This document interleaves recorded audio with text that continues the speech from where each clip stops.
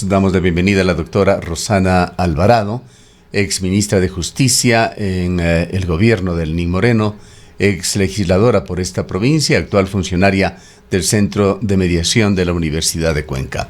Culminamos una dinámica semana en Ecuador con muchos aspectos que tratar con la doctora Alvarado, pero iniciemos escuchándole con respecto a sus actividades, qué es lo que hace la doctora Alvarado, y de inmediato entraremos a tratar la situación nacional. Le damos la bienvenida. Gustavo, gracias. Un saludo con todas las personas que se encuentran en este momento pendientes de la entrevista.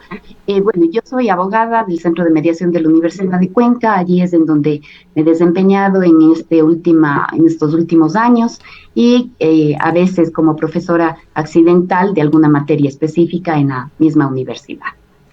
En cuanto a sus actividades políticas, ¿se mantiene al margen tras su participación en el gobierno de Lenín Moreno?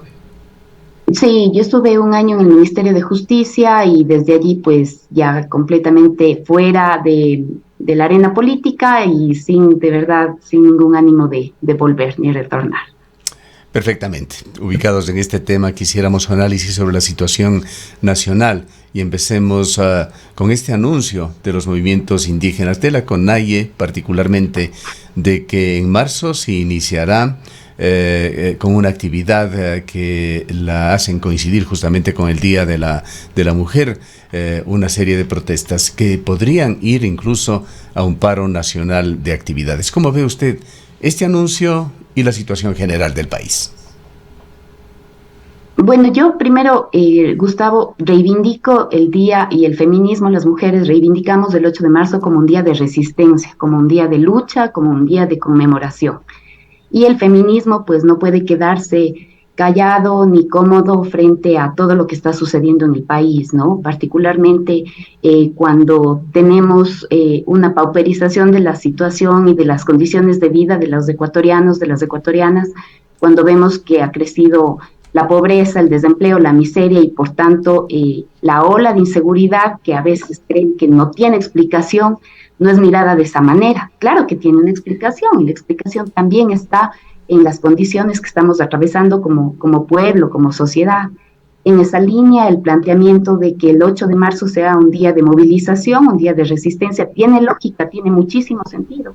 Lo que sucede es que a veces estamos acostumbrados a que el movimiento indígena no pase de ser la portada de la National Geographic, como además ahora se está anunciando de parte de un gobierno que se ha burlado no solamente de los movimientos y de las organizaciones sociales, sino de un país que ha tenido ya la valentía, siempre tiene nuestro Ecuador, siempre tiene para contestarle y para reaccionar a un gobierno, ¿no? Creo que los resultados de febrero, pues los resultados de las últimas elecciones son una muestra clarísima del descontento, de la protesta, de la necesidad de que reaccionemos como ciudadanos y ciudadanas.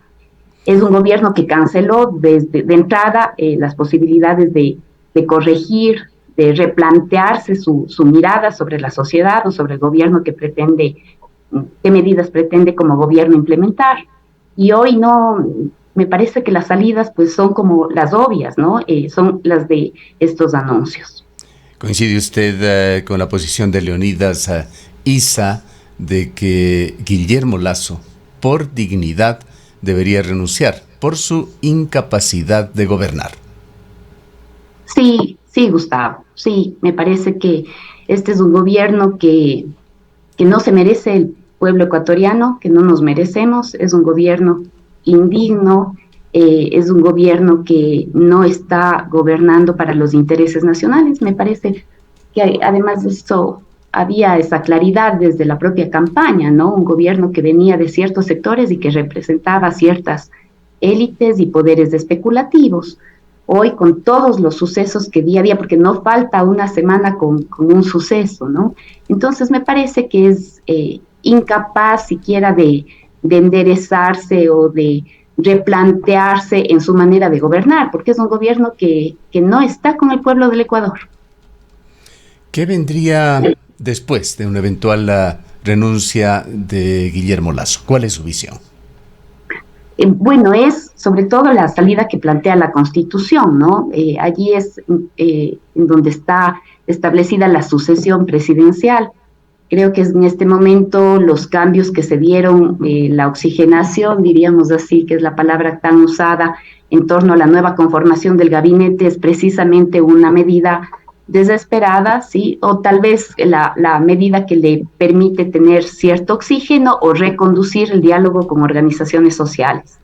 Pero es la Constitución la que establece diferentes medidas. Una de ellas, pues, es la muerte cruzada en caso de que él no llegara a renunciar. Y bueno, en eso es la Asamblea Nacional donde podría activarse ese mecanismo, considerando sí la posibilidad de que gobierne 6 meses por decreto tampoco es beneficiosa para el país. En ese sentido, pues varios sectores le han planteado, han sugerido, creo que además los resultados de las elecciones, pues permite que las vocerías sean todavía diversas en esa misma línea de pedirle la renuncia. ¿En qué medida coincidiría usted en una serie de criterios que se han dado que acusan a Guillermo Lasso de tener una grave falencia, de no haber tenido la capacidad de generar un cambio dentro del gobierno en el sentido de cambiar cuadros, de haberse mantenido en mandos medios del gobierno básicamente con la misma estructura, no solamente organizacional, sino con las mismas personas que participaron durante los gobiernos anteriores y no solamente en mandos medios, de haberse apoyado en varios funcionarios, incluyendo ministros que fueron parte tanto del gobierno de Rafael Correa como de Lenín Moreno? Este es un gobierno al que hay que recriminarle, cuestionarle, criticarle su orientación a favorecer a poderes fácticos, Gustavo. No es un tema de quién está en la cabeza de tal o cual ministerio. Además, ha habido desde el mismo gobierno de Lenín Moreno, pues ese fue un momento de quiebre con el correísmo. Sí ha habido no solamente un cambio de cuadros, sino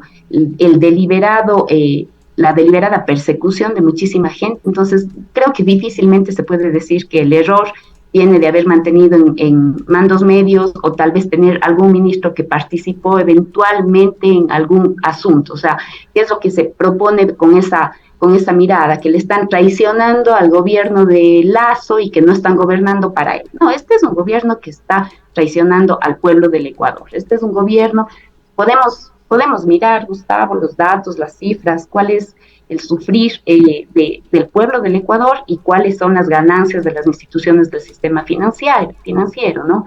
Podemos ver cuál ha sido el comportamiento de la banca en los últimos 10 años como para darnos cuenta de que hay un sector, solamente uno, que en estos últimos años ha ido ganando a costa del dolor, del sufrimiento, de la pauperización de las condiciones de vida del pueblo ecuatoriano. Veamos cuál es la obra pública, cuáles son las inversiones, para qué está sirviendo, a quién está sirviendo, quiero decir, este propio gobierno. Entonces, me parece que las explicaciones y el análisis, la reflexión tienen que ir más a tono con esa mirada. ¿No considera usted que podría ser un ejemplo que personifica este criterio Francisco Jiménez? Él renunció y al día siguiente criticó y muy acerbamente al gobierno de Lasso y dio a su vez criterios muy positivos añorando la época de gobierno de Rafael Correa. Claro, pero sería simplificar las decisiones que toma el presidente Lasso en el sentido de que entonces, quienes están alrededor de él no le ayudan, sino que están tratando de favorecer de manera como incorrecta o desleal a alguna otra persona. Creo que aquí, en definitiva, la deslealtad es del gobierno con el pueblo que le eligió. El pueblo se eligió y se equivocó. Los pueblos también se equivocan, ¿no? Pero ya el paro del año 2022, Gustavo, ya no fue una equivocación. Creo que fue un llamado de atención serio, fuerte, movilizado, exigiendo que se reencauce, exigiendo correctivos, exigiendo además lo que al pueblo le corresponde, que es el cumplimiento, la satisfacción de sus derechos, de sus garantías, ¿no? Entonces, por eso es que digo, a veces nos molesta que las movilizaciones tengan que ocurrir, Pero en este país, como en muchísimos del mundo, solamente con la movilización y con la resistencia hemos alcanzado los derechos. Y esta vez estamos frente a un pueblo que sufre, a un pueblo burlado, un pueblo que no tiene alternativas con este gobierno y que entonces tiene que responder de esta manera. Objetivamente, doctora Alvarado, ¿cuáles cuáles son los principales errores de Guillermo Lasso?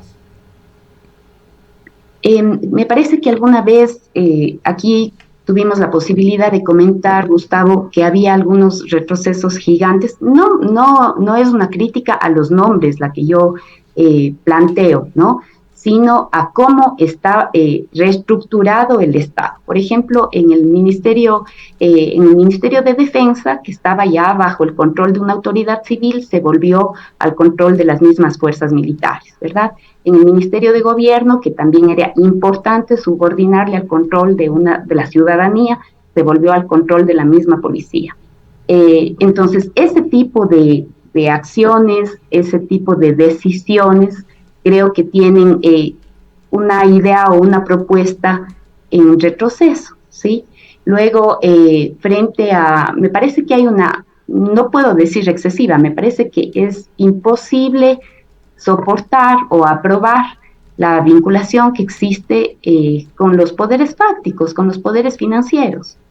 Este es un gobierno que finalmente no ha conseguido desprenderse de aquello que es el poder económico o la especulación financiera. Hay aquí más de un elemento, además, que añade la presencia de familiares sin ningún tipo de explicación, ¿sí?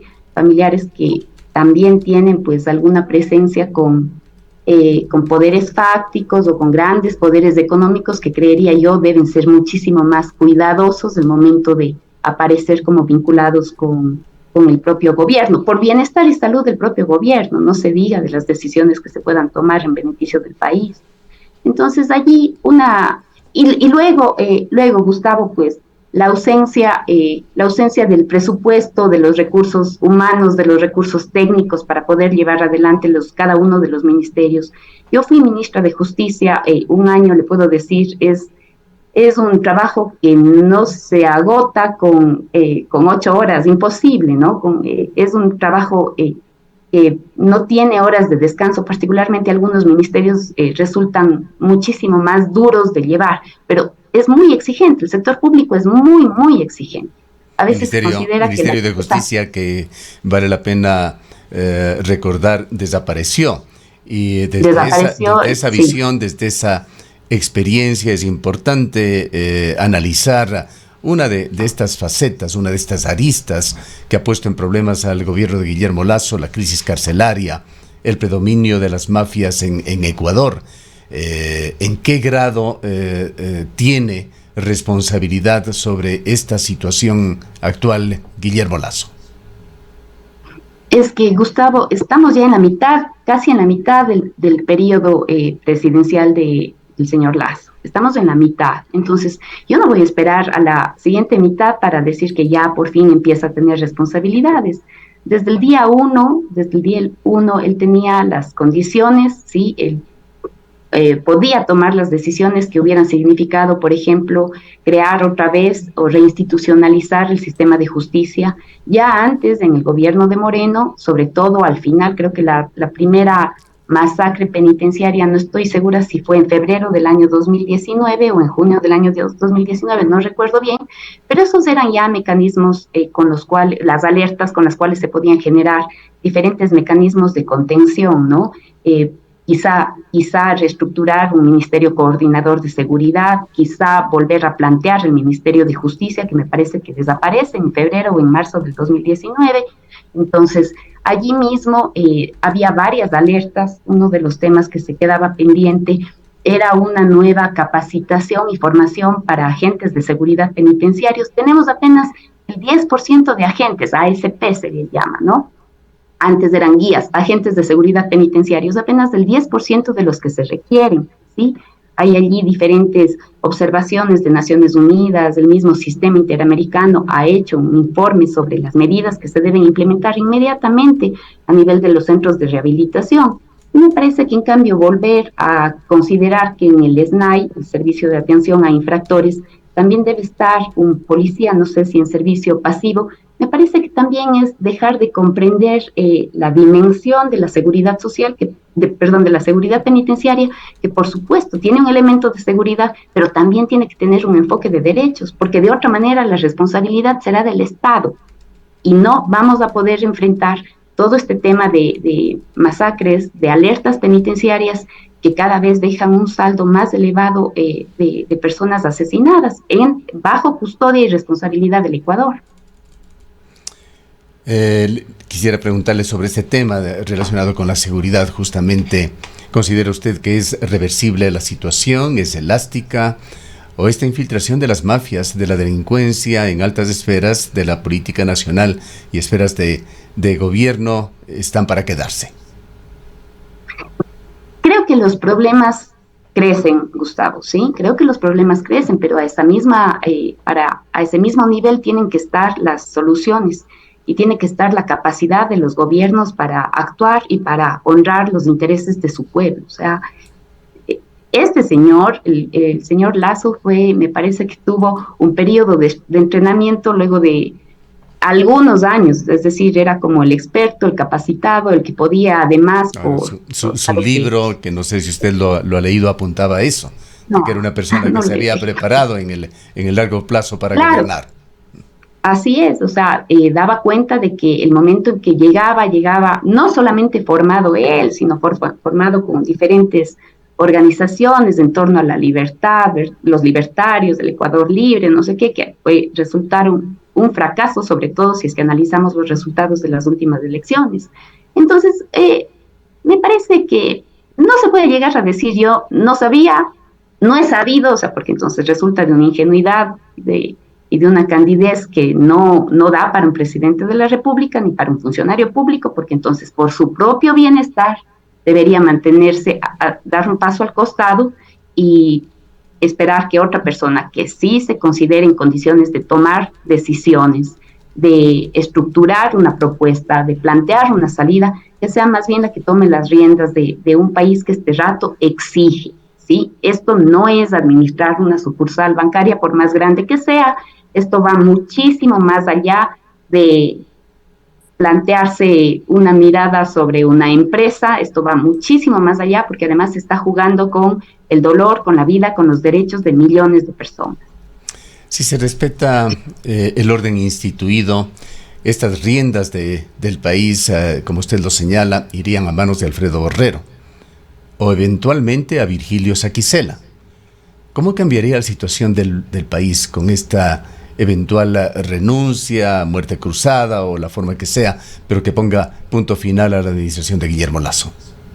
Claro, es que la idea sería convocar inmediatamente a elecciones. Ese es el planteamiento inmediato, digamos, ¿no? Porque... Es decir, pues, ni Alfredo Borrero ni Virgilio Saquicela. Claro, o sea, es que sería solamente una sucesión provisional, Gustavo, ¿no? Para eso, pues está lo que dice la Constitución, son casos extremos, pero me parece que extrema es la situación grave en extremos, la situación que atraviesa el país, ¿no?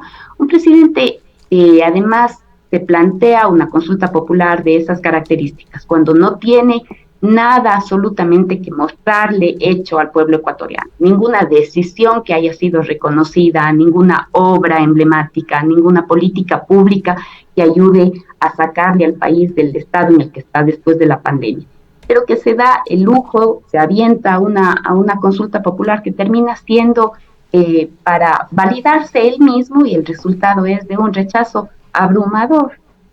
Me parece que allí inclusive las declaraciones que dio inmediatamente después de las elecciones Pipo Lasso, Leonardo Lasso, ¿no? Pues revelan muchísimo, revelan falencias profundas que tiene este gobierno. Y entonces desde allí resultaría como muy cándido decir esto se soluciona con un cambio a la cabeza, ¿no? Sino es un tema que nos llevaría ya nuevamente a elecciones, con todo lo que eso significa, sí, unas elecciones en la mitad del periodo y todo, pero Gustavo, creo que esa ha sido responsabilidad, estoy segura que ha sido responsabilidad única y exclusiva de este gobierno ponerse en la situación en la que está. Unas nuevas elecciones refrescarían el tema político, pero le pregunto su opinión sobre qué pasaría con la estabilidad del país, el costo para los ecuatorianos, el riesgo país, sin que se llegue a ese punto, solamente se hable de esto, se encuentra ya al momento por encima de los 1.600 puntos. Por eso, esa es precisamente, creo que ahí mismo está la respuesta. ¿Qué pasa este momento con la estabilidad del país? ¿Qué pasa en este momento con el dolor de millones de personas que viven con menos de $3 cada día, Gustavo? ¿Qué pasa con la situación de esas mamás que tienen que escoger a quién de los 3 o de los 4 hijos tienen que enviar al colegio porque no les alcanza para pagar el transporte de todos? ¿Qué es lo que pesa y debe dolernos muchísimo más? Vamos a medir la estabilidad del país con respecto a qué, a lo que diga un banco, o a lo que estamos viendo todo el tiempo y lo que se expresó ya en las elecciones, en los resultados de las elecciones. Me parece que sí, es también un asunto de dignidad. El presidente debía haber procesado de mejor manera cuál iba a ser la situación en el momento en que tenga un revés como el que tuvo ahora, ¿no? ¿Considera usted que las elecciones del pasado 5 de febrero marcan el inicio del retorno del correísmo? Es que a mí me parece, vea, yo no estoy en contacto con eso, ha habido como le digo, estoy fuera de la política desde que salí en agosto del 2018, estoy fuera de la política y no he tenido sino una que otra tal vez conversación, algún mensaje con algunos compañeros a quienes puedo llamar compañeros, porque creo que ahí además hubo muchísimos resentimientos y distancias ya imposibles de evitar en este momento, ¿no? Entonces estoy completamente fuera de la política, pero me parece que ha sido un error o una mirada muy simplificada decir ya no están y ahora este es el retorno, ¿sí? El correísmo, ese proceso que además fue un proceso muy importante en la historia del país, que yo he defendido y sigo considerando que ha sido importantísimo en la historia del país, ha estado presente, ¿sí? Y me parece que se ha ido ratificando no por lo que haya hecho ese mismo movimiento, sino por lo que han hecho sus adversarios. Es como decía Perón, ¿no? Se dice que alguien le preguntaba a usted qué es lo que va a hacer para volver. Yo no voy a hacer nada, todo lo harán mis enemigos. Entonces, el correísmo, los ideales por una patria más justa, con justicia social, con derechos, con garantías, ha estado presente y me parece que ese sigue siendo el anhelo. Las elecciones del día 5 de febrero tienen que tener una mirada súper amplia. Ahí están elecciones de gobiernos seccionales, prefecturas, alcaldías, concejalías, pero también en la consulta popular este país marca una posición, ¿sí? Entonces allí no es solamente una fuerza política que yo le leo como de retorno, es que ha estado presente, número uno, es que ha estado presente porque sigue alimentándose de los anhelos de la ciudadanía.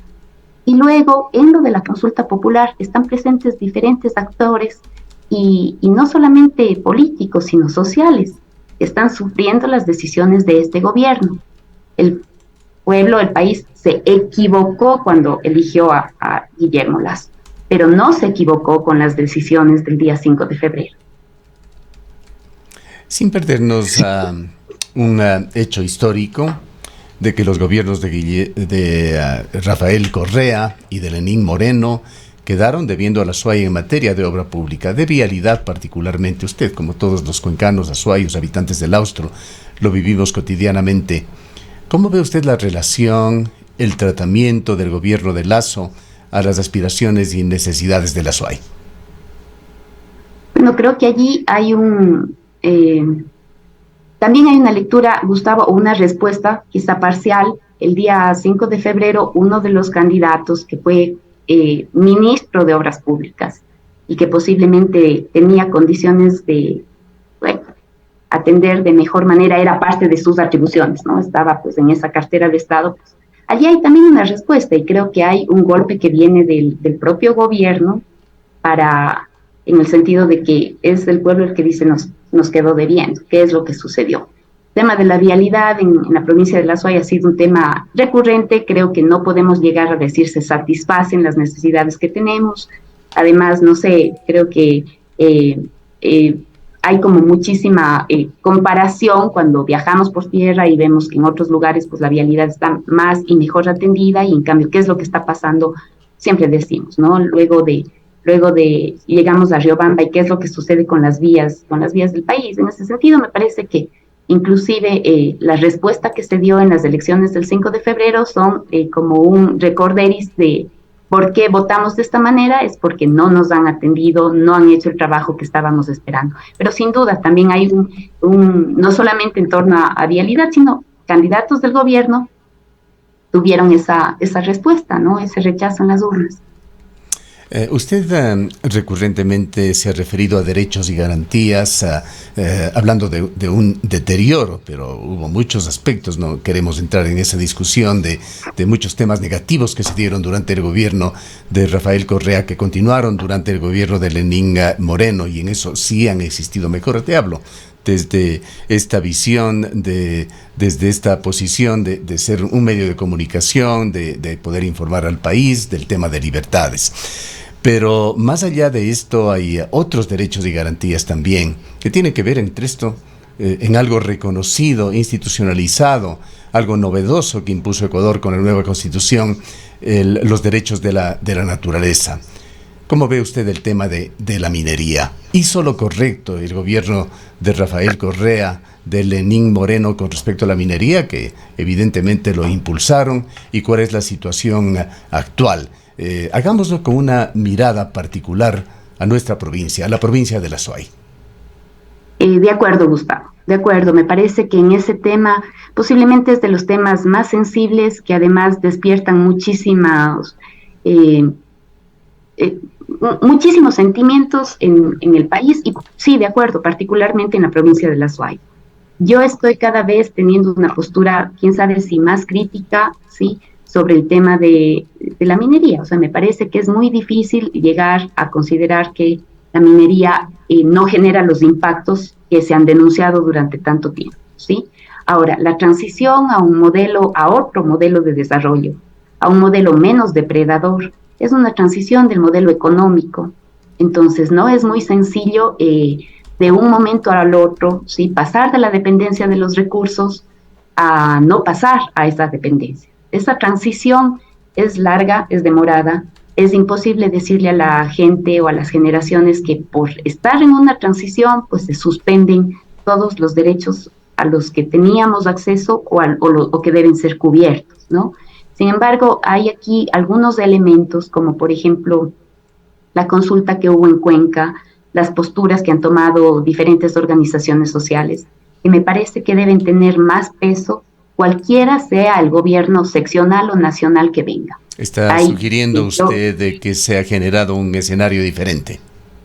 Sí, y me parece que eso es necesario, y me parece que ese es un triunfo del movimiento ambientalista, ¿sí?, de la conciencia ambiental de la gente, diría, más que solamente digamos, las organizaciones agrupan, generan una postura, una posición, y creo que eso está y ha generado en buena parte de la ciudadanía. Particularmente en Cuenca me parece que hay las condiciones como para ser muchísimo más exigentes en este tipo de decisiones, ¿no?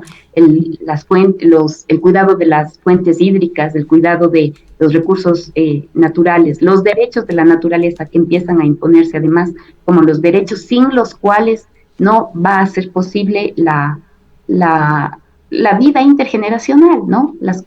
Entonces, en esa situación me parece que hay que mirar con muchísima más cautela y ojalá con una sana distancia los procesos y proyectos extractivos. Yo sé que en términos económicos el país necesita de muchísimos de los recursos, pero también la misma urgencia tiene hacia un cambio de la matriz productiva. Pero este es un cambio de sistema, es un cambio de sistema, es mucho más complejo, mucho más profundo de lo que quisiéramos. Y hablando justamente de economía, un punto crucial para el país, un punto crucial dentro del debate público fue la dolarización. Rafael Correa denostó mucho y si fuese por él, en realidad hubiese vuelto a algún tipo de moneda nacional, no sé si al sucre. No sabemos exactamente su posición con respecto a este tema, pero ¿qué piensa usted sobre la dolarización y su futuro en el país? De economía yo no suelo conversar mayor cosa, salvo cuando estaba en la Comisión de Régimen Usted Económico y era una ley mencionó temas específica. económicos, por eso le pregunto esto. Sí, sí, sí, pero el mismo presidente Correa decía que esa medida fue una camisa de fuerza de la que era muy difícil salir, ¿sí? Y él decía, viene a tener unos impactos gigantes, entonces no era siempre, recuerde que hasta en algún momento, pues, se difundió algunas imágenes en donde ya llegaban las nuevas monedas para el Ecuador, en fin, una serie de cucos siempre recurrentes en las elecciones sobre el tema de que nos desdolarizábamos, diríamos así, ¿no? Pero ese es un tema sobre el que, bueno, ya el análisis económico, el mismo presidente Correa daba cuenta de que es tan camisa de fuerza que era difícil salir de ella y que es una irresponsabilidad, pues, pretender así de pronto borrar o cambiar una moneda sin antes tomar diferentes decisiones que no venían al caso, ¿no? Una y otra vez me recuerdo que se salía a informar o a aclarar que no venía ningún cambio de moneda. ¿Cómo ve usted el escenario local, el escenario actual que se concretará en el mes de mayo con Cristian Zamora en el municipio y Juan Cristóbal Lloreda en la prefectura? Yo creo que va a haber como, digamos, siempre las elecciones seccionales, digamos así, venían a ser unas elecciones menos ideológicas que las elecciones nacionales. Es decir, en las seccionales la gente, la ciudadanía, pues daba su voto, honraba con su voto a quien consideraba que pueda resolver sus problemas inminentes, ¿no? Los servicios, bueno, una calle, una vía, en general, todos esos temas que son los cotidianos, los del día a día, con los que uno puede vivir. Sin embargo, estas elecciones nos dan cuenta de que no hubo, más bien dicho, sí hubo una carga ideológica al momento en que se decidieron tales o cuales candidatos. Y en esa línea yo espero que esa reflexión pueda acompañar estos años que quedan para aumentar la posibilidad de que en el 2025 pues la elección sí sea ideológica, sí sea reflexiva sobre hacia dónde está yendo el país. Me parece que, ojalá, espero que entre las autoridades, yo creo que sí se puede dar un buen sistema de coordinación entre la una y la otra. Creo que además ese ha sido como el anuncio o lo que se ha mostrado. Espero que se aclaren algunas cosas que en el momento de la campaña pues surgieron. Sí, bueno, creo que también en las campañas son también los espacios en donde menos reflexiones se generan, sino que a veces entramos en esa dinámica de una campaña sucia de la que después no queremos ni siquiera acordarnos, ¿no? Pero espero, por el bien de todos nosotros, de todas, el tema, por ejemplo, de género, de los derechos de las mujeres, de los derechos a una vida libre de violencia, en una ciudad que no puede cerrar los ojos frente a los femicidios y a la violencia estructural que vivimos las mujeres, que esos sean temas de la agenda, tanto de la prefectura como de la alcaldía. Me parece que va a existir, si no la sensibilidad tan grande, la necesidad, ¿sí? Dadas las condiciones en las que estamos viviendo. De hecho, escuchándole a usted, doctora Alvarado, si bien usted dice se ha retirado de la política, es una muy buena observadora del tema político, la sigue, lo evalúa. ¿Qué le hizo tomar a usted esta posición de retirarse de la política como actora? Creo que, bueno, primero, Gustavo, estuve 10 años, ¿sí? Me parece que es también ya una década, pues es un espacio importante, un tiempo importante. Luego mi participación fui, como le decía, 15 meses, un año, 3 meses ministra de un gobierno que no merece ningún tipo de recuerdo positivo, ninguno. Procuré, intenté hacer el mejor trabajo posible en un ministerio muy duro, súper duro y sin ningún tipo de respaldo. Sin embargo, allí ya para esa época, pues, todo lo que había sucedido, sí, todo lo que se desató desde la llegada de Lenín Moreno, pues resintió muchísimo al movimiento, nos distanciamos, se abrieron unas grietas que ya son imposibles de franquear con compañeros, con gente como que yo tenía muchísima relación, éramos en verdad compañeros, compañeras. Y que todo eso pues ha impedido, digamos, me ha llevado a salirme completamente de la política. Creo que hay resentimientos de un lado y de otro. Y me parece que ya en esas condiciones pues no es sano continuar. ¿Volvería usted eventualmente a la política, a alguna posición administrativa de gobierno, ya sea ni gobierno local, gobierno nacional, o eventualmente a participar en alguna elección popular? ¿Qué tendría que darse para eso?